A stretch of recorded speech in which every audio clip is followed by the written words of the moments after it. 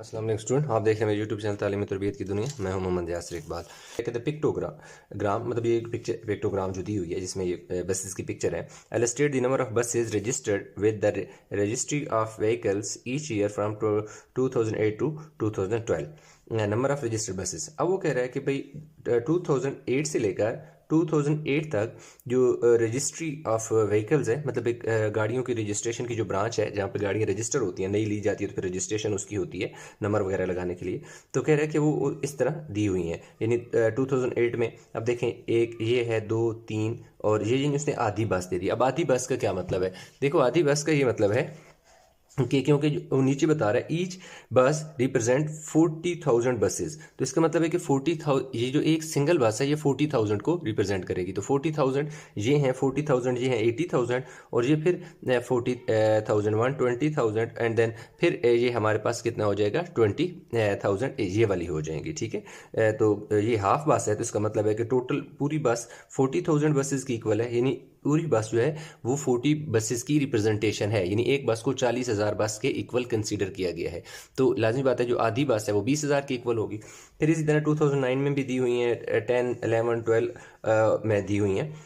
अब आगे क्या कह रहे हैं? आगे देखें स्टूडेंट, ये कह रहे हैं in which year was the greatest number of buses registered, estimate the number of buses registered in that year। अब कह रहा है कि भाई ये बताएं कि किस साल सबसे ज़्यादा बसेस रजिस्टर्ड हुई हैं। तो अब हमने क्या करना है, the greatest number of buses registered हमने बतानी है। तो ये सिंपल सी बात है, the greatest number of buses registered was 2012। ठीक है जी, इसका आंसर सिंपल आपने एक लाइन में लिख देना। चलो मैं लिख के भी आपको बता देता हूँ, ऐसे पहले एक्सप्लेन कर लूँ फिर वन बाय वन करके इसको कर दूंगा। नेक्स्ट जो आगे कह रहा है, और उससे बात करें estimate number of buses registered in that year, हमने इसकी क्या करनी है, एस्टिमेशन भी करनी है। अच्छा, तो पहले देखें हमारे पास नंबर वन में जो बात करता है जी, in which year was the greatest number of buses registered, estimate number of buses registered in that year. हम नंबर ऑफ बसेज अभी हमने निकालनी है। ये तो हमें पता चल गया कि सबसे ज़्यादा बसेज 2012 में रजिस्टर्ड हुई हैं। तो number of in 2012 the number of the greatest number of buses was registered. ठीक है जी, तो ये तो बात होगी पहली वाली बात कि सबसे ज़्यादा बसेज 2012 में रजिस्टर्ड हुई। अब नंबर ऑफ बसेज रजिस्टर्ड इन 2012 वो हमने करना है। अब देखें एक यहाँ पे समझने वाली बात है, जो एक बस है ना वो किसको रिप्रेजेंट कर रही है, 40,000 को। तो टोटल जो है हमारे पास जो नंबर ऑफ बसेज हैं वो कितनी हैं, एक, दो, तीन, चार, पाँच, छः, और ये हाफ मतलब 6.5 है ना, 6.5 को 40,000 से मल्टीप्लाई कर देंगे सिंपल, तो हमारे पास आंसर आ जाएगा। तो इसलिए अब हम क्या करेंगे, 6.5 को मल्टीप्लाई कर देंगे 4,0,0,0,0। ठीक है, जिसे हम चेक कर लेते हैं। तो ये हमारे पास आ गया जी 26,0,0,0,0, यानी ये हमारे पास आ गए जी 2,60,000 बसेज आ गई, 2,60,000 बसेज। सिंपल सी बात है, देखो एक बस जो है ना वो 40,000 को अगर फ़र्ज़ किया रिप्रेजेंट करती है, 40 और 7 के लगा दो मतलब 40,000, और टोटल अगर फ़र्ज़ किया पहले 6 बसेज का निकालो तो 240 आ जाएगा, 240 के आ जाएगा। और उसके साथ देखो एक आधी बस भी तो है ना जो 20 को रिप्रेजेंट करेगी, तो 20 इसमें ऐड कर लो तो 260 के आ जाएगी, 2,60,000 बसेज आ जाएंगी। अब नेक्स्ट जो हमारे पास है नंबर 2 में हमने क्या करना है जी, ये नंबर 2 की मैंने लाइन लिखी हुई है जिसमें हमने क्या करना है, estimate the total number of buses registered from 2008 to 2012 के 2018 से 2012 तक टोटल कितनी नंबर ऑफ बसेस रजिस्टर्ड हैं। तो देखो सिंपल सी बात है, आप काउंट करते जाओ, हाफ ऑफ बसेस को छोड़ दो बाकी काउंट कर लेते, फिर मैं बताता हूँ हाफ बसेस का क्या है। 1, 2, 3, 4, 5, 6, 7, 8, 9, 10, 11, 12, 13, 14, 15, 16, 17, 18, 19, 20, 21, 22, यानी 22 तो यूं होगी। फिर देखो हाफ कितनी है, 1, 2, 3, 4, तो कितना बनेगा, 4 का जो है 2 बन जाएगा, यानी 24 बसेज है। मतलब इन दो बसेस को मिलाओगे तो एक पूरी बस हो जाएगी, और इसी तरह इस बस को और इन को मिलाओगे तो एक बस ये हो जाएगी। तो टोटल 22, और ये वाली एक बस आधी और आधी पूरी बस होगी 23, और ये वाली आधी और आधी पूरी बस हो गई 24, तो टोटल 24 बसेस हैं। अच्छा, तो अब हमने सिंपल दूसरे में बताना है द नंबर ऑफ रजिस्टर्ड। अब देखें हमारे पास इसमें क्या आ जाएगा, दूसरे में टोटल बसेस कितनी है 24, और एक बस जो है, एक बस कितने को रिप्रेजेंट कर रही है 40,000 को। तो लाजिम बात है 24 बसेस को 40,000 से इसलिए मल्टीप्लाई कर रहे हैं क्योंकि एक बस, वो खुद बता रहा है कि ईच बस रिप्रेजेंट्स 40,000। तो टोटल अगर 24 हैं तो हर बस 40,000 को रिप्रेजेंट करेगी, तो इसलिए 24 और इसको मल्टीप्लाई करते हैं और हम चेक करते हैं 24 96 हो जाता है जी। 96 1 2 3 और 4 0, यानी कि या 9,60,000 बसेस रजिस्टर हुई हैं 2008 से 2010 तक। नंबर थर्ड की अगर बात करें, in 2010 the registration fee for each bus was $1,000। Estimate the total number of amount of registry of vehicle collected in that years. अब वो कह रहे हैं कि आपने ये बताना है कि अगर एक गाड़ी की कीमत की रजिस्ट्रेशन 1,000 हो तो ये बताएं कि जो 2010 में बसें रजिस्टर हुई हैं उनमें रजिस्ट्री की वाली जो डिपार्टमेंट है उसको कितने पैसे वसूल हुए। मतलब जो रजिस्ट्रेशन वाली डिपार्टमेंट है उसने 2010 में जो गाड़ियां रजिस्टर की हैं उन गाड़ियों को रजिस्टर करने के एवज, यानी उसके बदले उसे कितने पैसे मिले, जबकि एक गाड़ी जो है, एक बस को वो 40,000 में $1,000 में रजिस्टर कर रही है। तो 2010 में देखो कितनी बसेस रजिस्टर हुई हैं, 1 2 3 4 4.5 हैं। तो इसलिए हम इसको क्या कर देंगे,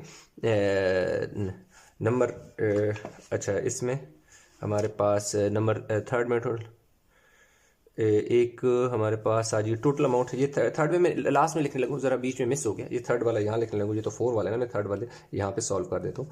थर्ड में हम सिंपल ये लिखेंगे total amount the registry of a vehicle collected in 2010 is equal to, इधर नीचे लिख देता हूँ 4.5 मल्टीप्लाई बाय 40,000। ठीक है, अब और इसी को आप मल्टीप्लाई बाय $1,000 कर लो। अब ये देखो ये क्यों हुआ, मैं आपको एक्सप्लेन, इन तीनों वैल्यू को सिंपल मल्टीप्लाई करने तो आंसर आ जाएगा। अब क्यों, इसकी वजह यह है कि देखें 4.5 क्या है, बसेस हैं। अब देख सकते हैं 1 2 3 4 और ये आधी, तो ये 4.5 है। अब इसको 40,000 से क्यों मल्टीप्लाई किया, देखो 40,000 से इसलिए मल्टीप्लाई किया कि ये वाली बस भी 40,000 की इक्वल है, ये भी 40,000, ये भी 40,000, ये भी 40,000, ये 1/2 40,000 यानी 20,000 आ जाएगी। तो इसलिए 4.5 और 40,000 के इसलिए मल्टीप्लाई किया ताकि हर बस की वैल्यू निकल आए, क्योंकि एक बस 40,000 बसों के इक्वल है, उसकी रिप्रेजेंटेशन कर रही है। तो इसलिए 4.5 को 40,000 से इसलिए मल्टीप्लाई किया और फिर साथ 1,000 से भी मल्टीप्लाई किया। ये 1,000 से इसलिए मल्टीप्लाई किया ताकि उसके अमाउंट निकल आए। 4.5 जब 40,000 से मल्टीप्लाई होगा तो वो हमें दे देगा नंबर ऑफ बसेस। जब नंबर ऑफ बसेस आ जाएंगी तो उसी ये जो 1,000 मल्टीप्लाई होगा वो उसकी अमाउंट हमें बता देगा, क्योंकि एक बस जो है वो किसके एक बस से वो कितने पैसे ले रहे हैं, $1,000 रिसीव कर रहे हैं। तो इसलिए ये 1,000 इसलिए मल्टीप्लाई हुआ है। तो अब सिंपल इसकी मल्टीप्लीकेशन हम करेंगे तो ये डॉलर का सिंबल आ गया, 1 आ गया, 8 0 1 2 3 1 2 3। तो ये यानी टोटल हमारे पास इसकी अमाउंट आ जाएगी जो रजिस्ट्री डिपार्टमेंट रिसीव करेगी जब वो ये वाली बसेस रजिस्टर करेगी, और हर बस को वो $1,000 चार्ज करेगी। अच्छा, इसमें हमारे पास स्टूडेंट नंबर 4 वाला है। नंबर 4 में हमने ये बताना है कि वो कह रहा है कि estimate percentage increase in the number of buses registered from 2011 और 2012। देखिए 2011 और 2012 में जो नंबर ऑफ बसेस जो इंक्रीज हुई हैं उसकी परसेंटेज बतानी है। यानी 2011 से 2012 में जो नंबर ऑफ इंक्रीज हुआ, सिर्फ एक बस का इंक्रीज हुआ, ये देख सकते हैं, ये 1 2 3 4 5 5.5 है और इधर देखो 6.5 है, तो मतलब जस्ट 1 का डिफरेंस है। तो इसमें सिंपल सी हमने क्या निकालनी है जी, परसेंटेज निकालनी है। तो परसेंटेज में डिफरेंस कितना है जी 1, और 2011 कितना है जी 5.5 मल्टीप्लाई है, आपने क्या कर देना है 100%। तो देखें 1 का डिफरेंस है और हमने ये देखें 2011 में हमारे पास कितने हैं, देखो 5.5। 1 क्यों लिखा, 1 इसलिए लिखा क्योंकि दोनों में डिफरेंस कितना है, 1 का डिफरेंस है, 1 का डिफरेंस है। 2000 ये देख सकते हैं कि इनमें एक बस का डिफरेंस है, एक बस इसमें एक्स्ट्रा डाल दी गई है। और जब भी परसेंटेज निकाली जाती है तो 100% से मल्टीप्लाई किया जाता है।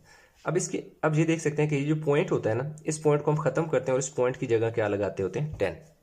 तो अब आपने ये करना है, ये वाला जो 10 है ना, ये 10 इस ऊपर वाले 1 से जाके मल्टीप्लाई होगा। जब ये वाला 10 इस जैसे 1 से मल्टीप्लाई होगा तो ऊपर 10 आ जाएगा, नीचे 55 आ जाएगा और क्या आ जाएगा जी, 100%। अब देख सकते हैं जब 110 से मल्टीप्लाई होगा तो हमारे पास कितना आ जाएगा जी, 1000 आ जाएगा और नीचे क्या आ जाएगा, 55 और परसेंटेज का साइन इसी तरह। ठीक है, चलिए इधर थोड़ी सी जगह पे एडजस्ट करते हैं ऐसे।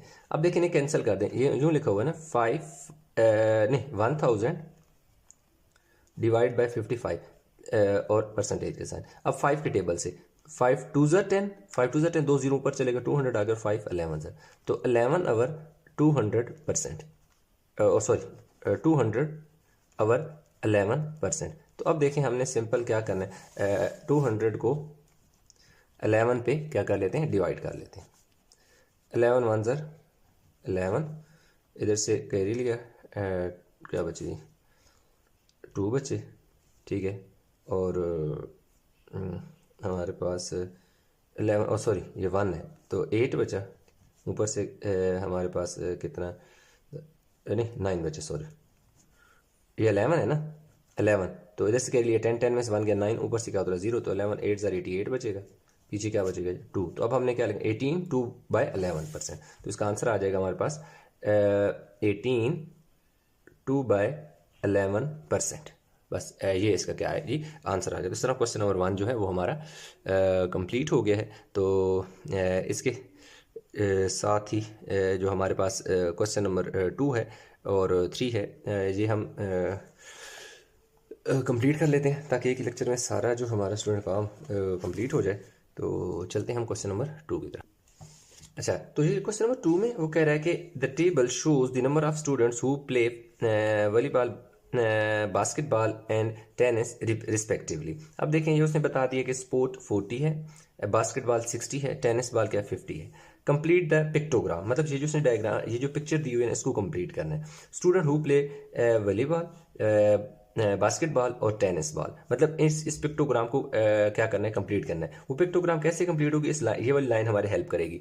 ये जो, ओहो एक सेकंड थोड़ा सा, अच्छा तो इसमें देखें हमारे पास क्या है कि ये देखें student who play volleyball, basketball और टेनिस, तो ये जो पिक्टोग्राम है इसको हमने क्या करना है, कंप्लीट करना है। तो इस पिक्टोग्राम को कंप्लीट करना है तो उसके लिए हमें ये वाली हमारी लाइन जो है वो हेल्प करेगी। ईच सर्कल रिप्रेजेंट्स 10 स्टूडेंट्स, मतलब कह रहा है कि ये जो एक बॉल है ना, एक सर्कल है ना, वो 10 स्टूडेंट को रिप्रेजेंट कर रही है। तो यहाँ पर वॉलीबॉल कितने स्टूडेंट खेल रहे हैं, 10 खेल रहे हैं, तो 40 को अगर आप 10 पे डिवाइड करो, 10 4 ज़र 40, तो इसका मतलब है कि कितने सर्कल बनेंगे, 1 2 3 4, ऐसे आपने 4 सर्कल बना लें। अब आगे क्या है, बास्केटबॉल है तो 60 है, तो 60 को 10 पे डिवाइड करोगे तो 6, तो इसका मतलब है 6 बॉल आएंगी, यहाँ पर 6 सर्कल आएंगे, 2 3 4 5 और 6, 1 2 3 4 5 6, 10 20 30 40 50 60 एंड लास्ट 50 है, 1 दिया हुआ है, इसमें 7 4 और सर्कल बना लें तो 10 20 30 40 50, तो 50। इस तरह पिक्टोग्राम तो इतनी सी है आपकी जो बनानी थी वो बना ली। नेक्स्ट वो कहते हैं find the ratio of the number of students who play volleyball to the number of students who play tennis. तो अब देखिए स्टूडेंट, हमने वॉलीबॉल और टेनिस वालों को की रेशो निकालनी है, तो हम लिख लेते हैं रेशो किसकी है जी, एक तो find the number of ratio volleyball और दूसरा टेनिस की बात आ जाती है, टेनिस। अब देखो वॉलीबॉल वाले कितने हैं जी, स्टूडेंट 40 हैं और ये कितने हैं जी, 50 हैं। तो अब आप इन दोनों को सिंप्लीफाई करने के लिए 10 से डिवाइड कर दो। तो ये देखें जब 10 से डिवाइड करोगे तो 10 4 ज़र 40, 10 5 ज़र 50, तो 4:5 आपका जो दूसरा पार्ट है इसका, उसका आपके पास क्या आ जाता है, आंसर आ जाता है। तो अब नेक्स्ट की हम बात करें तो नेक्स्ट में हमारे पास थर्ड में कह रहा है express the number of students who play tennis as a percentage basketball. मतलब जो टेनिस है और जो बास्केटबॉल है इन दोनों के दरमियान हमने क्या करनी है, एक परसेंटेज निकालनी है। तो परसेंटेज ही निकालनी है, तो हमारे पास इसका मतलब ये हुआ कि नंबर थर्ड में, अब देखो हमारे पास पहला कौन सा जी, टेनिस की बात करें तो टेनिस हमारे पास 50 खेल रहे हैं और दूसरा है जी बास्केटबॉल की बात करें तो वो हमारे पास 60 है।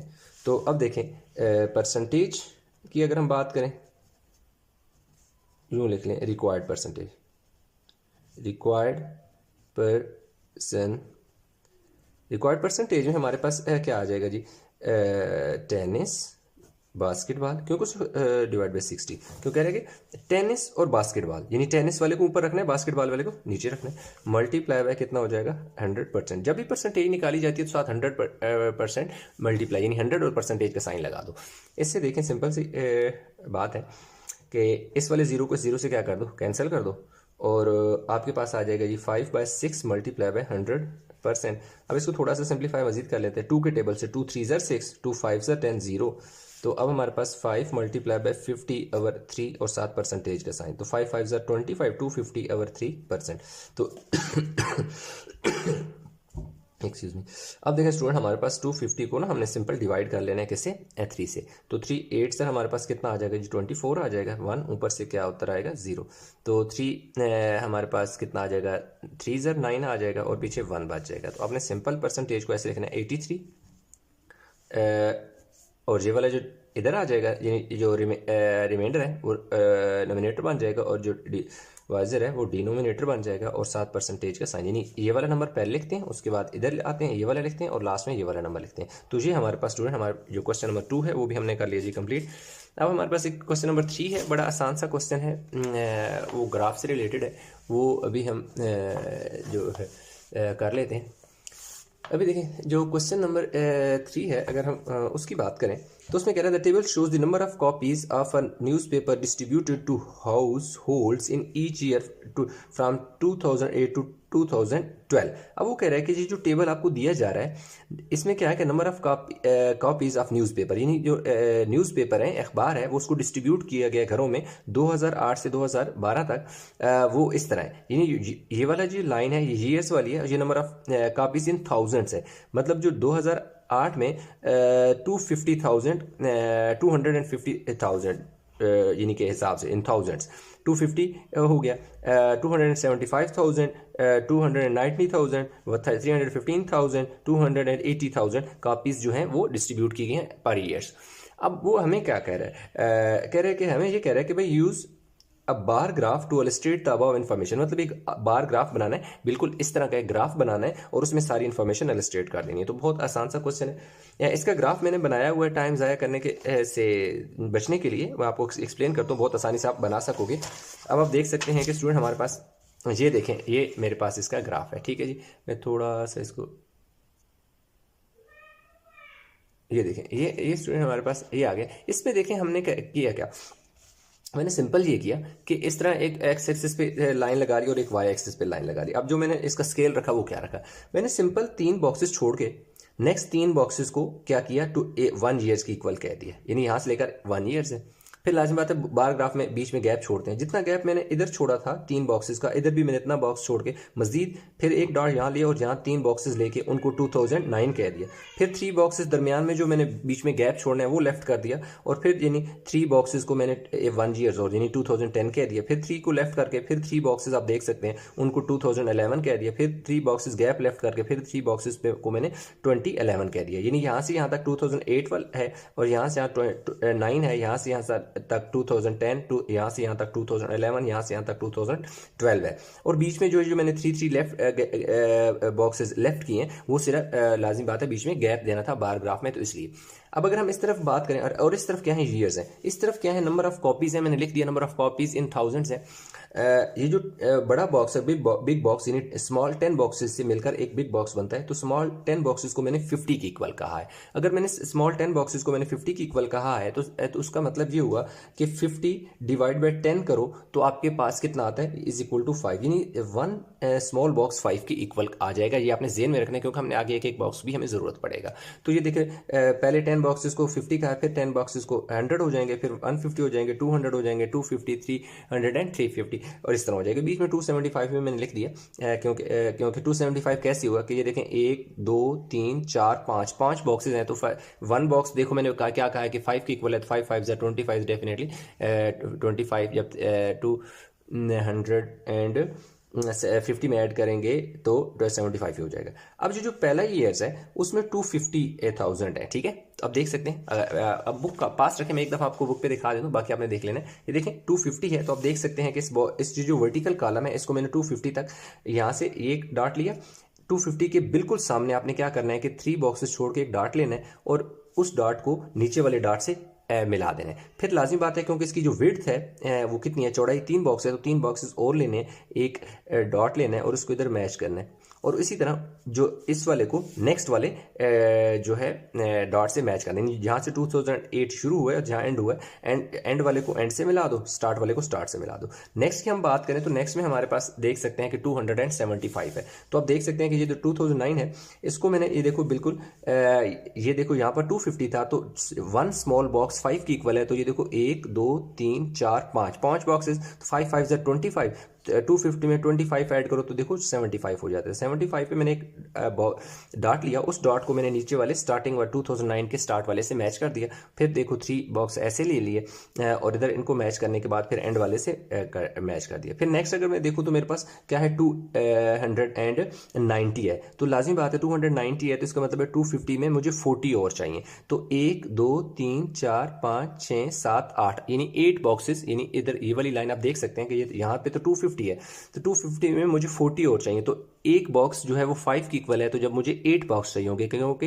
8 5 ज़र 40, तो आप देख सकते हैं 1 2 3 4 5 6 7 8 8 5 ज़र 40 40 50 में ऐड की तो 290। तो ये देखें इसी तरह 290 में ये लिया, 3 बॉक्सेस इधर करके ये निशान लिया, इन दोनों को इसी तरह मैच कर दिया जैसे मैंने यहाँ पे एक्सप्लेन किया। फिर देखें यहाँ पर मेरे पास नेक्स्ट में बात करूँ तो मेरे पास 315 है, तो यहाँ पे देख सकते हैं यहाँ पर मेरे पास 300 है, उसके ऊपर देखो 1 2 3 बॉक्सेस हैं, तो ये 300 देखो यहाँ पर 15 हो गया। तो उसको इधर एक डॉट लिया, उसको पहले वाले से मैच कर दिया, फिर 3 बॉक्स छोड़ के एक डॉट लिया, उनको आपस में मैच करने के बाद ये लास्ट में जो इधर था उसके साथ मैच कर दिया। फिर अगेन यहाँ पे 12 पे वाला जो है उसको देखो तो 275 है, तो इसलिए ये देखो 200 यहाँ पर 250 है, तो इसमें नो सॉरी 280 है, 280 है। तो लाजिम बात है ये देख सकते हैं कि ये वाली देखो ये लाइन 75 है तो 1 बॉक्स ऊपर आ जाएगा। यहाँ तक देखो 250 है, तो 250 में मुझे कितने और चाहिए, 30 और चाहिए, तब 80 बनेगा। तो 30 है तो इसका मतलब है कि 6 बॉक्सेस चाहिए होंगे क्योंकि 6 5 ज़र 30, 1 2 3 4 5 6, जब 6 बॉक्स है ना, एक बॉक्स 5 की इक्वल है तो 6 5 ज़र 30, तो इसलिए ये देखो यहाँ पर 280 आ जाएगा। तो ये देखें मेरे पास इस तरह का एक बार ग्राफ बनाना था, वो बार ग्राफ बना। क्वेश्चन नंबर 4 जो है इंटरमीडिएट का पहला क्वेश्चन है, कहता है study the table and bar graph. अब यहाँ पर देखें उसने एक हमें टेबल दिया हुआ है, टेबल इसमें देखो क्लास 1A है, 1B 1C 1D and 1E है। Number of students who score a distinction in mathematics, number of students who score a distinction in science. यानी यहाँ पे क्लास 1A के 9 स्टूडेंट ऐसे हैं जिन्होंने मैथ में बहुत अच्छे स्कोर लिया है। इसी तरह 1B के 11 स्टूडेंट हैं, 1C के 16 स्टूडेंट हैं, 1D के जो है 12 स्टूडेंट्स हैं, 1E के 20 स्टूडेंट हैं जिनकी परफॉर्मेंस मैथ में बहुत अच्छी है। इसी तरह अगर हम यहाँ बात करें तो इसमें साइंस के में जो है क्लास 1A के 8 स्टूडेंट हैं जिन्होंने साइंस में बहुत अच्छे मार्क्स लिए हैं। ये वाला हमने फाइंड करना है, ये भी मैं आपको निकाल के देता हूँ जहाँ पे क्या आंसर आएगा। 1C में जो है ऐसे 12 स्टूडेंट हैं जिन्होंने साइंस में अच्छी परफॉर्मेंस दिखाई है, और इसी तरह 1D का हमने फाइंड करना है और 1E का उसने 15 दे दिया। तो अब हमारे पास क्या है कि इसी से नीचे उसने एक और टेबल दिया हुआ है। अब अपनी बेशक साथ बुक खोल लें, साथ साथ मैं यहाँ एक्सप्लेन करता जाऊँगा, आप अपनी बुक से कंपैरिजन करते जाएँ। यहाँ पे उसने 2 इस तरह ना बार ग्राफ हमें दे दिए। अब इन बार ग्राफ में उसने क्या किया है कि इस ये जो बॉटम लाइन है जो एक्स एक्सिस है, इसमें उसने हमें क्लासेस का बता दिया, और ये जो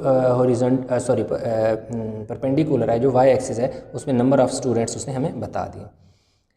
देखिए एक हमारे पास कलर ब्लू टाइप है और दूसरा पर्पल है। अब जो ब्लू कलर है, ये कलर का जो बार है ये मैथमेटिक्स की डिस्टिंक्शन को शो कर रहा है, जो ये दूसरा पर्पल है ये हमें बता रहा है साइंस की डिस्टिंक्शन के बारे में। तो इस तरह हमारे पास ये 2 बार यहाँ पे हैं, 2 यहाँ पे हैं, 2 यहाँ पे, एक ब्लू है और दूसरा पर्पल है।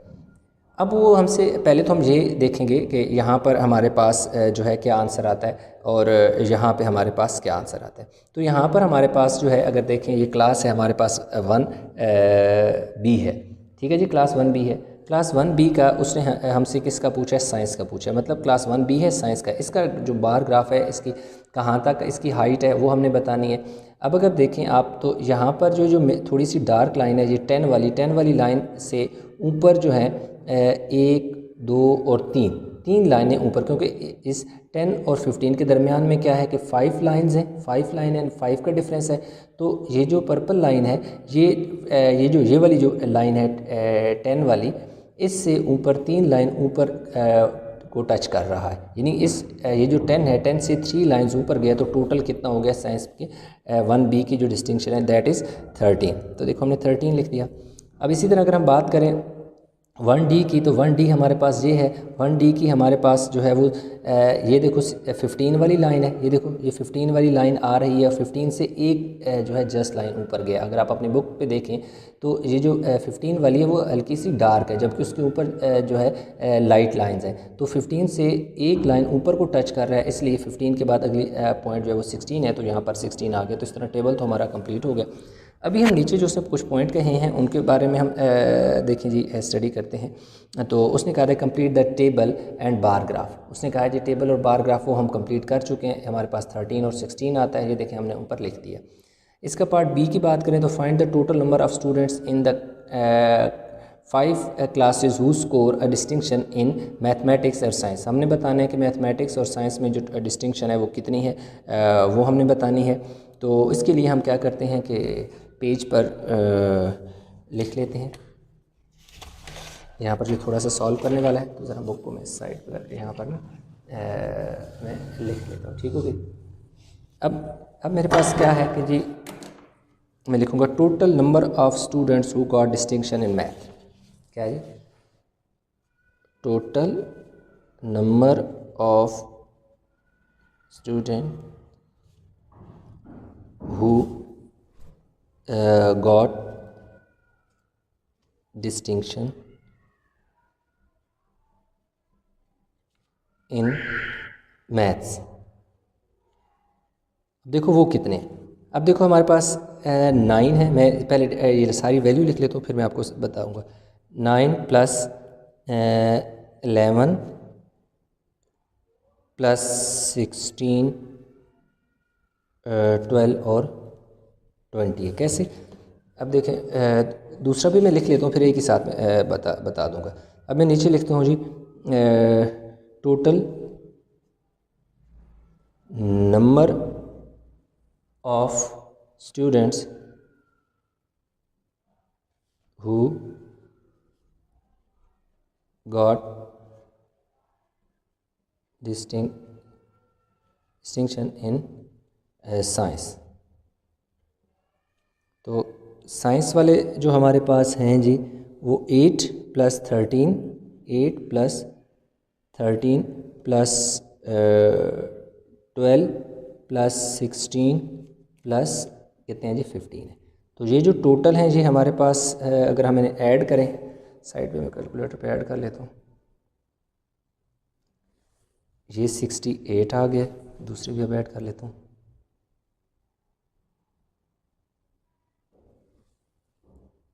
64 हो गए, ठीक है, 68 और 64। अभी देखें ये मैंने जिस तरह लिखा, मैं इधर आपको बुक से जो है दिखाता हूँ। अब देखें हमारे पास जो बुक है उसमें अगर आप देखें तो ये देखें टेबल है ना, ये देखें टेबल में 9, ये देखो मैंने 9 ये देखो यहाँ से मैंने सारा डेटा लिखा है, देखो 9, फिर देखो 11 16 12 20 और नीचे वाला जो है इसी तरह मैंने नीचे वाला भी लिखा है 13 12, ये सारी वही, ये जो नीचे है ना 8 13 12 16 15 ये सारा वही लिखा है। 8 13 12 15 16 ये जो है ये सारी वैल्यू मैंने इसी तरह लिख ली, 8 13 12 15 16। तो इन सारों को ऐड किया तो 64 हो गया और ये 68। तो इधर देखें हमारे पास क्या आ गया जी, मैथ में हमारे पास 68 आ गए और साइंस में हमारे पास कितने आ गए 64 आ गए। अब हमने क्या करना है जी, express the number of students who score a distinction in mathematics in class 1D as percentage of the total number of students who score a distinction in mathematics in 5 classes. तो अब हमने क्या करनी है, percentage of student of 1D who got distinction in maths. तो अब हम देखते हैं कि स्टूडेंट्स जो हैं 1D के, जिन्होंने मैथ में कितने स्टूडेंट ने नंबर लिए हैं, वो 12 नंबर लिए हैं। ठीक है जी, कितने नंबर ऑफ़ स्टूडेंट्स हैं जिन्होंने डिस्टिंक्शन यानी कि उन्हें स्कोर किए हैं बहुत अच्छे, वो 12 हैं। तो अभी हम क्या करते हैं जी, बुक को रखते हैं साइड पे। तो इसका अगला पार्ट करते हैं, पार्ट सी हमने करना है। पार्ट सी में क्या है, कह रहे हैं हमने निकाली परसेंटेज ऑफ स्टूडेंट्स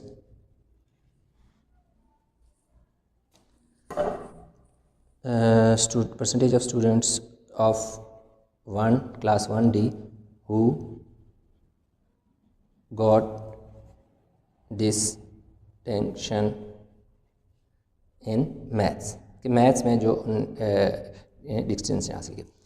परसेंटेज निकालने के लिए number of student of class 1 जो डी है 1D, उसमें 12, जैसे कि अभी मैंने आपको बुक पे दिखाया था 1D है मैथ में, डिवाइडेड बाय टोटल स्टूडेंट्स जो है हमारे पास से, देखें मैथ में जो है वो 12 हैं, टोटल मैथ के जो स्टूडेंट हैं दैट इज़ 68, हम ऊपर निकाल चुके हैं, ये देखें 68 निकाल चुके हैं। तो नीचे आ जाएगा जी 68 मल्टीप्लाई कर देंगे 100% से।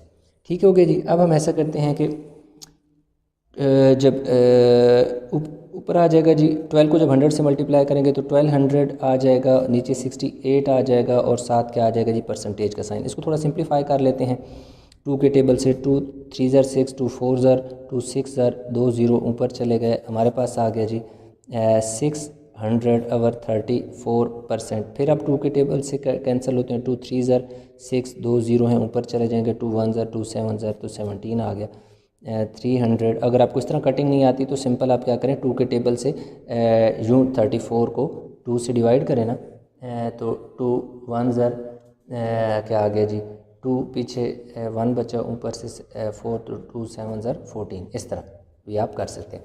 अब हमने क्या करना है, इनको डिवाइड करना है। तो अभी हमारे पास ये आ गया जी स्टूडेंट 300 ओवर 17। तो अब हमने इसे क्या कर लें, 300 को 17 पे डिवाइड करना है। 17 1 ज़र 17, इधर देखिए थोड़ा सा देखें, हम 17 को हम डिवाइड करेंगे 300 से। तो 17 1 ज़र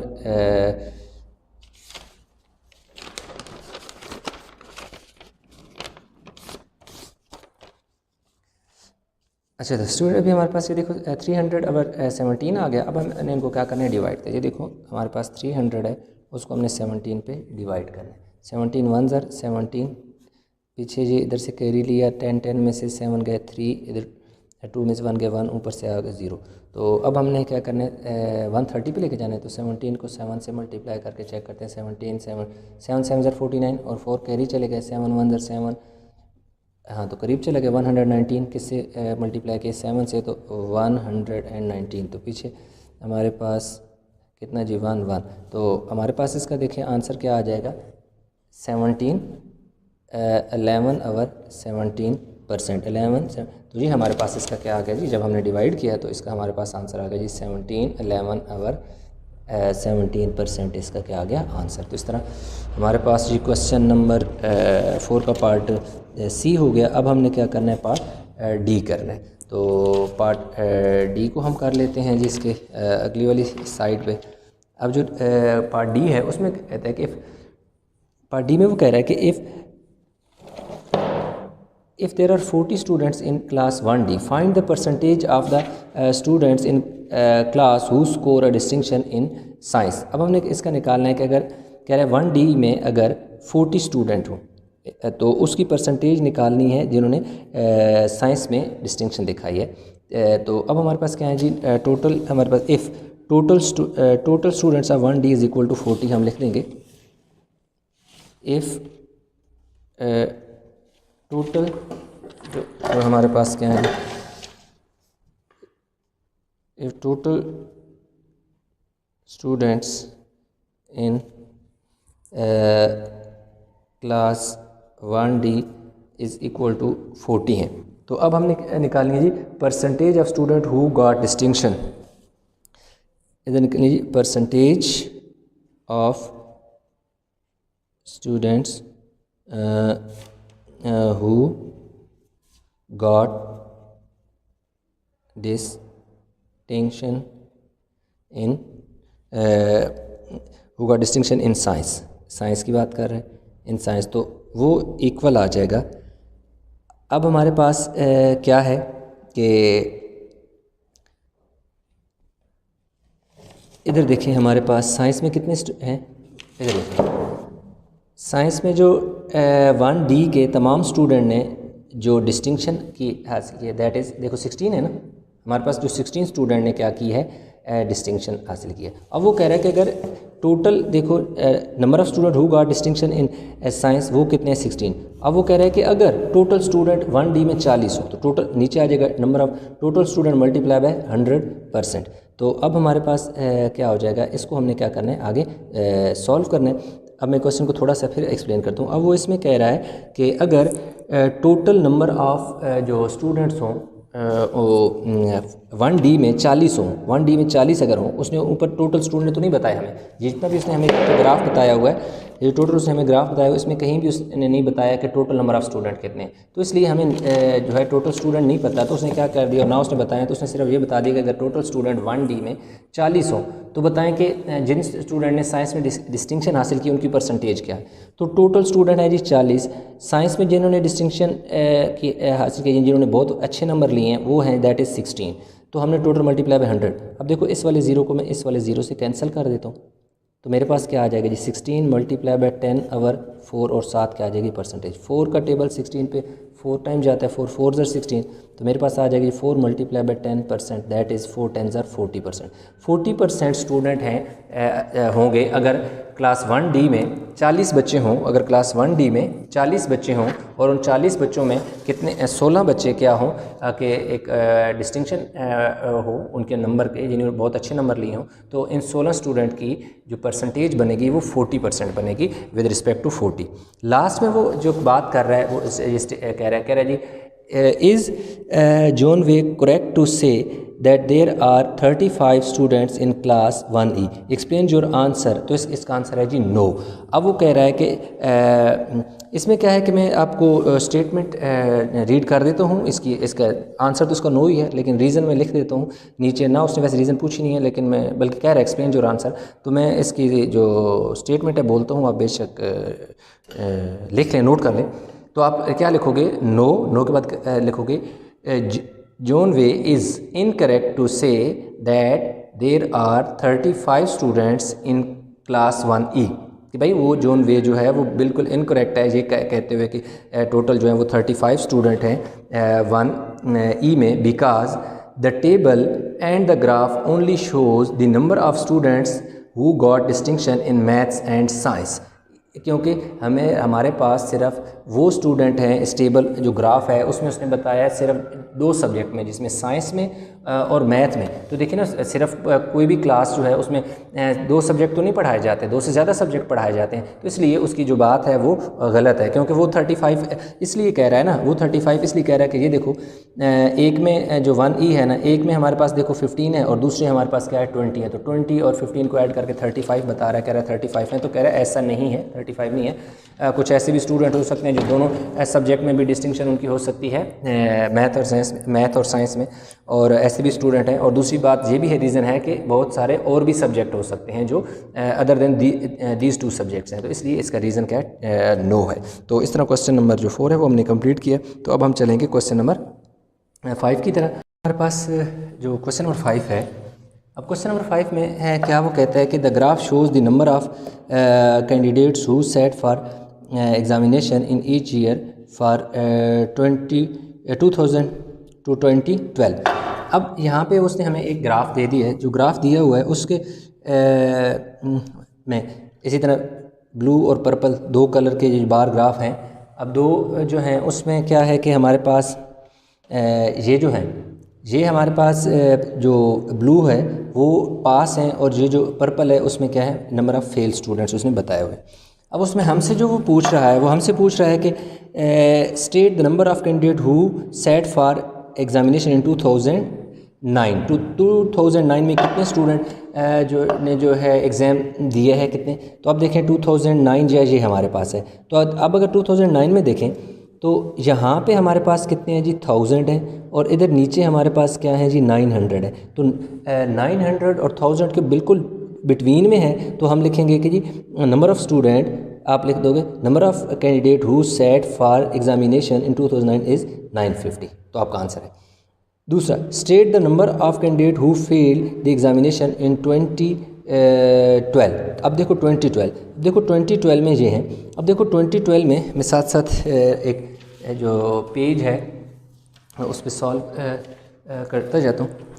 अब देखो 2012 में अगर देखें तो जो 2012 की अगर बात करें तो 2012 में टोटल जो स्टूडेंट हैं, ये देखो टोटल स्टूडेंट कितने हैं जी, टोटल स्टूडेंट्स क्या हैं जी, हु अपीयर्ड इन एग्जामिनेशन या in exam is equal to, total student हमारे पास कितने हैं जी 1500 हैं। कितने हैं 1500 है। अब इसमें देखो उसने पूछा हमसे ये कि बताएं कि state number of who fail कितने हुए। अब देखो यहाँ से लेकर यहाँ तक कितना बन रहा है, ये 1000, यहाँ पे बन रहा है 1000 और यहाँ पे बन रहा है 15। तो हमारे पास कितने हैं टोटल 1500 थे, जिसमें से पास हो गए 1000, तो 500 जो स्टूडेंट हैं वो क्या हो गए, फेल हो गए। तो लिखेंगे, हम लिखेंगे 500 कैंडिडेट्स फेल द एग्ज़ामिनेशन, 500 आप लिखो 500 कैंडिडेट्स फेल द एग्ज़ामिनेशन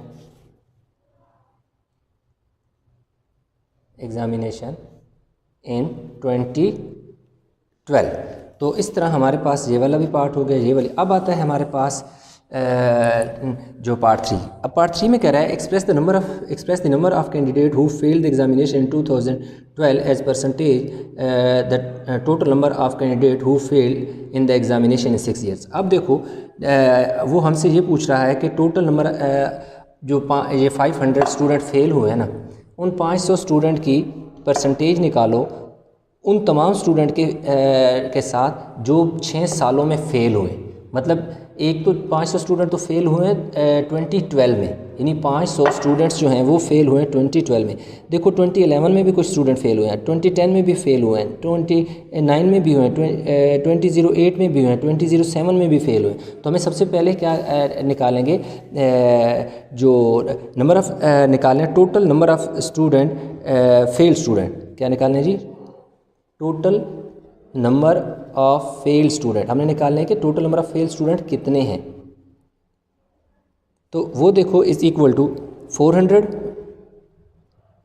ये देखें, ये देखो टोटल कितने हैं 900 हैं, 500 हो गए पास और यहाँ से 6 7 8 9 तो 400। फिर आगे जी इसमें देखो हमारे पास 400 के बाद जो है ये देखो हमारे पास ये 5 है ना, ये 6 के ये देखो ये 5 और 6 के दरमियान में ये जगह है। तो इसका मतलब है कि ऊपर कितने हैं 1 2 3 300, ये देखो 100 100 100 और ये नीचे 50, तो 350।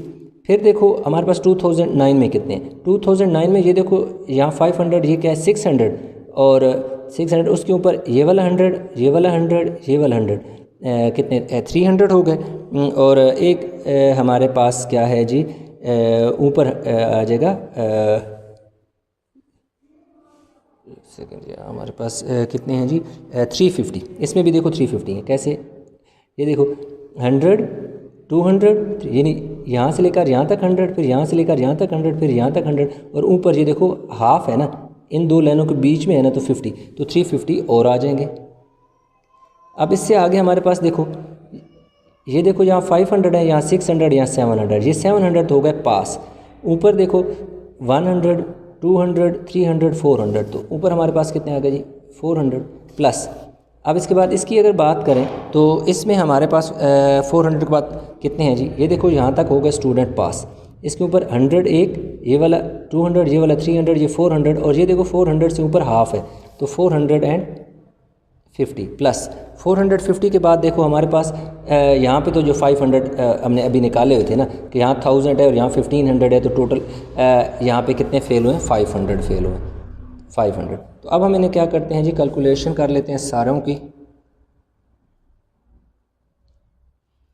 ये हमारे पास आ गया जी 2450 स्टूडेंट्स जो हैं फेल इन 6 ईयर्स, 6 सालों में 2450 फेल हुए। परसेंटेज ऑफ फेल स्टूडेंट निकालनी है, परसेंटेज ऑफ फेल स्टूडेंट्स हमने निकालनी है इन 2012 में परसेंटेज निकालनी है कि 2012 में जो स्टूडेंट फेल हुए हैं उनकी परसेंटेज टोटल के हिसाब से कितनी बनती है। 2012 में कितने स्टूडेंट फेल हुए थे जी, 2012 में 500 स्टूडेंट फेल हुए थे। ये देखो हमने ऊपर 2012 में ये देखो 500 स्टूडेंट निकाले थे जो 2012 में फेल हुए थे। अब डिवाइड बाय टोटल स्टूडेंट हम करेंगे, डिवाइड बाय टोटल स्टूडेंट हमारे पास 2450 है, मल्टीप्लाई बाय 100% हो गया जी, मल्टीप्लाई बाय 100%। तो इस तरह हमारे पास इसकी हमने निकाल लेनी है जी परसेंटेज। तो ये देखें इस वाले ज़ीरो को तो इस ज़ीरो से कर दो ना कैंसिल, तो 500 को 10 से मल्टीप्लाई करोगे तो ये कितना आ जाएगा जी 5000 आ जाएगा, और नीचे आपके पास आ जाएगा जी 245, ये कुछ भी नहीं है 7% के साथ 245। तो अब हम क्या करते हैं जी, इसको ले लेते हैं एक पेज जिस पर इसको हम करते हैं मज़ीद फर्दर इसकी डिवीजन।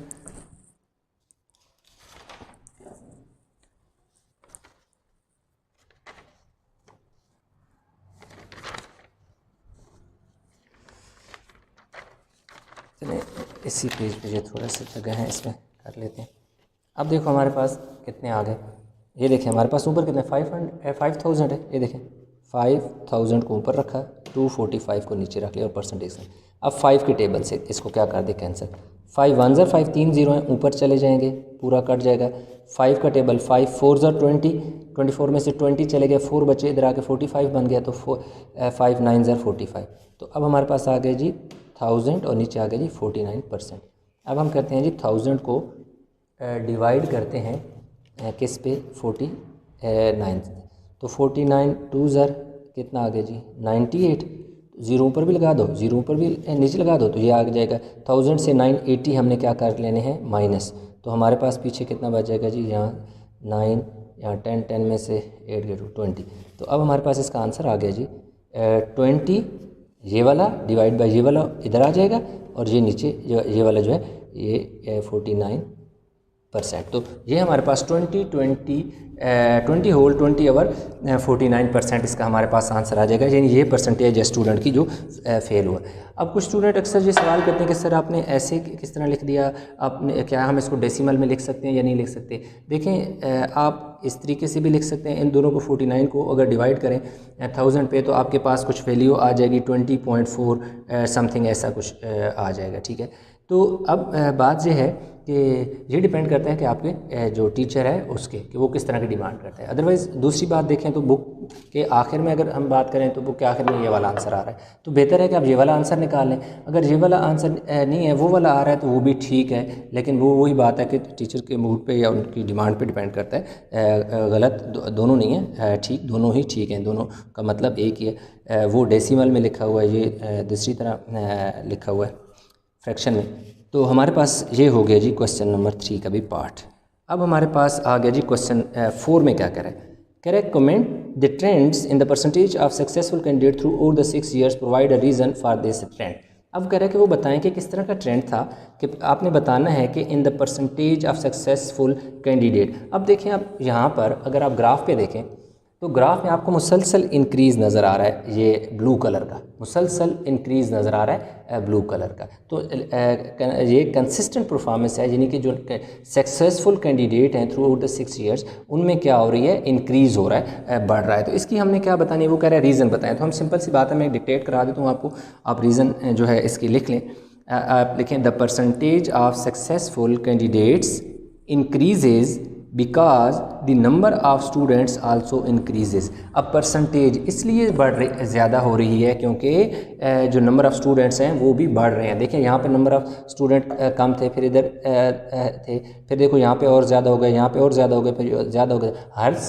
हर ईयर में नंबर ऑफ़ स्टूडेंट्स का क्या हो रहा है, इजाफा हो रहा है। पहले दो में तो तकरीबन सेम ही है, लेकिन इससे आगे देखें कंटिन्यूसली क्या हो रहा है, एक कंसिस्टेंट तादाद जो है वो बढ़ रही है। तो इस तरह आपने लिखना है the percentage of the successful candidate increases because the number of students also increases. ये सेंटेंस बस आपने लिख देना है जो मैंने अभी बोला है। तो इस तरह हमारे पास जो क्वेश्चन नंबर 5 है वो हो गया जी कंप्लीट। तो अभी हमारे पास आ गया जी student question number 6। I think इसका लास्ट क्वेश्चन है, यस इसका लास्ट क्वेश्चन है क्वेश्चन नंबर 6, जिसमें उसने देखो ये हमें ग्राफ दे दिया। अब इस ग्राफ में ये इस तरफ उसने दे दिया जी हमें number of workers employ in each shop हर, और इस तरफ हमारे पास ये एक्स एक्सिस पे उसने नंबर ऑफ़ वर्कर दे दिए और वाई एक्सिस पे उसने नंबर ऑफ़ शॉप्स दे दी। अब थोड़ा सा इस टेबल को मैं एक्सप्लेन करता हूँ, फिर आगे नीचे मुख्तसर सा सवाल है वो भी हम कंप्लीट कर लेते हैं। अब देखो नंबर ऑफ़ वर्कर यानी 4 शॉप ऐसी हैं, देखें ये 4 है, ये 4 शॉप है, ये 4 शॉप ऐसी हैं जिनमें एक एक बंदा है। हो सकता है उस बंदे ने जिसने शॉप खोली छोटी सी शॉप है, किसी ने कोई छोटी सी शॉप कोई भी लाइक इजी लोड या इस तरह का कोई भी एक शॉप है जिसमें एक ही बंदा रिक्वायर्ड है, तो उसने एक ही बंदा है उसमें, तो 4 शॉप ऐसी हैं जिनमें एक ही बंदा है। अब देखो इसमें ये देखो 6 शॉप, ये 6 शॉप, ये देखो ना 6 के बिल्कुल सामने 6 शॉप्स ऐसी हैं जिनमें 2-2 बंदे, मतलब 6 शॉप ऐसी हैं 2-2 बंदे। अब क्यों 2 बंदे, क्योंकि उनकी रिक्वायरमेंट 2 होगी इस हिसाब से। अब देखें आगे देखें तो 15 शॉप ऐसी हैं जिनमें 4 शॉप ऐसी हैं 5 शॉप ऐसी हैं जिनमें 3 बंदे हैं। इसी तरह आगे देखें तो 3 शॉप ऐसी हैं जिनमें 4 बंदे हैं। इसी तरह 2 शॉप ऐसी हैं जिनमें 5 बंदे हैं। ये ऊपर मैंने जो वैल्यू लिखी है ये भी मैं आपको एक्सप्लेन करता हूँ, वो क्योंकि डेटा निकालने के लिए मैंने मेंशन की थी इसलिए। ये तो हमारे पास हो गया जी ग्राफ। अब वो कह रहा है कि the bar graph illustrate the results of a survey conducted on shops in a housing state. अब बात कह रहे हैं find the total number of workers employed in the housing state. अब कह रहे हैं कि बताएं कि एक ये जो हाउसिंग सोसाइटी टाइप है इसमें जो शॉप्स हैं इनमें टोटल कितने लोग हैं जो एम्प्लॉयज़ हैं, यानी इन टोटल जो शॉप्स हैं ना, ये 5 शॉप में टोटल कितने लोग हैं, तो इसमें टोटल 53 कैसे हैं। ये देखो 4 शॉप ऐसी हैं जिनमें एक ही बंदा है, तो 4 ही लोग होंगे 4 शॉप में। अब देखें 6 शॉप ऐसी हैं जिनमें हर शॉप में 2 लोग हैं, तो 6 शॉप में 2 अगर लोग हैं तो टोटल बंदे कितने हो जाएंगे, 12 हो जाएंगे।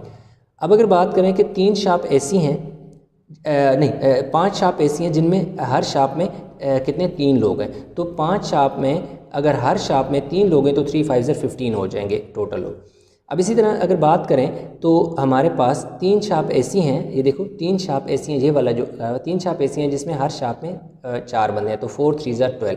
अब इसी तरह 2 शॉप ऐसी हैं जहाँ हर शॉप में 5 लोग हैं, तो टोटल 2 5 10 हो जाएंगे। तो अब अगर इन टोटल को हम ऐड करें, ये देखिए हमारे पास ये साइड पे मैंने ऐड किया हुआ है, ये देखिए हमारे पास 10 है, फिर देखो 12 है, ये 15 है, ये हमारे पास 12 है और 4 है, टोटल हमारे पास कितने हो जाएंगे 53 हो जाएंगे। ये क्वेश्चन मैंने एक प्रॉपर एक सीक्वेंस से सॉल्व भी किया हुआ है, सिर्फ समझ लें। मैं आपको वो पूरा पेज पे दिखा भी दूंगा कि इसको इस तरह अपने स्टेटमेंट के हिसाब से कैसे लिखना है। तो पहला आपका हो गया दैट इज़ 53% लोग हैं इसमें। अब अगला वो कहते हैं express the number of shops hiring 3 और more worker as percentage to the total number of shops in the housing state. अब वो कह रहे हैं हमने उन शॉप की कह रहे हैं परसेंटेज मुझे निकाल के बताओ जिन्होंने 3 या 3 से ज़्यादा लोगों को एम्प्लॉय किया हुआ है। अब देखें अगर इसने ये जो शॉप है 6 शॉप है, इन्होंने 2 लोगों को एम्प्लॉइज़ को यानी रखा हुआ है, 2 वर्कर हैं। ये देखो इनके पास 3 है, इनके पास 4 है, इनके पास 5 है। तो कह रहा है कि जिनके पास 3 या 3 से ज़्यादा वर्कर हैं उनकी परसेंटेज निकाली हमने। अब देखो ये कितनी शॉप है, ये देखो हमारे पास 5 शॉप ऐसी हैं जिनमें 3 लोग हैं। इसी तरह यहाँ हमारे पास 4 शॉप ऐसी हैं जिनमें हमारे पास कितने हैं जी 4 जो है 3 शॉप ऐसी हैं जिनमें 4 वर्कर हैं और 2 शॉप ऐसी हैं जिसमें 5 वर्कर हैं। तो हमने क्या करना है, ये देखें हम आपको दिखा देता हूँ क्वेश्चन। पहला ये देखो जिस तरह पहले मैंने किया total number of worker in housing society. अब देखो पहली शॉप में 4 लोग हैं, ये देखो ऐसे, ये पहली शॉप में 4 लोग थे, तो number of workers first shop 4 है। अब देखो number of worker second, number of worker in third shop, number of in fourth shop and number of worker in fifth shop. तो इस तरह ये देखो मैंने सीक्वेंस में पहली शॉप में 4 हैं, दूसरी में 12 हैं, तीसरी में 15 हैं, चौथी में 12 हैं और फिर 10 हैं। तो जब in total number of workers in सारों को मैंने ऐड किया तो 53 हो गया। अब हमने निकाले नंबर ऑफ़ शॉप्स हायरिंग 3 और मोर पीपल। अब देखो नंबर ऑफ़ शॉप्स, अब देखो पहली शॉप जो है जो तीन लोग हैं जिन्होंने दूसरा रखे हुए हैं, वो कितनी शॉप्स हैं, वो देखो 5 शॉप हैं। ये देखो 5, ये वाला 5 वाला है, यानी 5 वाली जो 5 ऐसी शॉप हैं जिन्होंने 3 लोग रखे हुए हैं, तो ये देखो 5 आ गया। फिर देखो 4 जो है, 4 जिन शॉप ने वालों ने रखे हुए हैं उनकी तादाद कितनी है, 3 है। तो ये देखो मैंने 3 लिखे, 3 देखो 3 शॉप ऐसी हैं जिन्होंने हर शॉप में 4 लोग हैं, तो हमने देखो क्या लिख दिया, 3।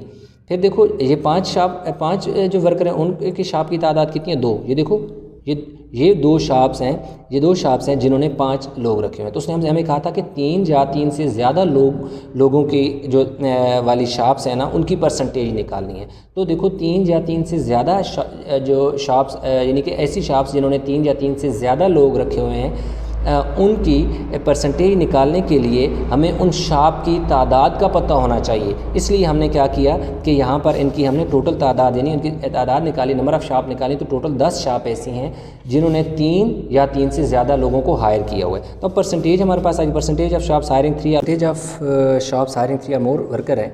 उसके लिए हमें क्या है कि कितनी जो नंबर ऑफ़ शॉप्स जो 3 या 3 से ज़्यादा लोगों को हायर करती हैं वो 10 है। ये देखो जैसे हमने यहाँ ऊपर क्या किया था, ऊपर हमने निकाला था कि वो यानी शॉप्स जिनके पास 3 या 3 से ज़्यादा लोग हैं वो कितनी शॉप हैं, 10 हैं।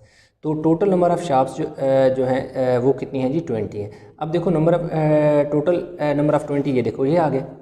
परसेंटेज ऑफ शॉप हायरिंग 3 और मोर वर्कर्स वो कितनी हैं जी, परसेंटेज कैसे निकालेंगे, यानी कि नंबर ऑफ़ शॉप्स जो लोगों को हायर करती हैं, दूसरा 3 या 3 से ज़्यादा लोगों को हायर करती हैं, divide by total number of shops. Total number of shops 20 हैं, मल्टीप्लाई बाय 100%। ये मैं आपको बताता हूँ 20 कैसे, पहले क्वेश्चन को समझ लें।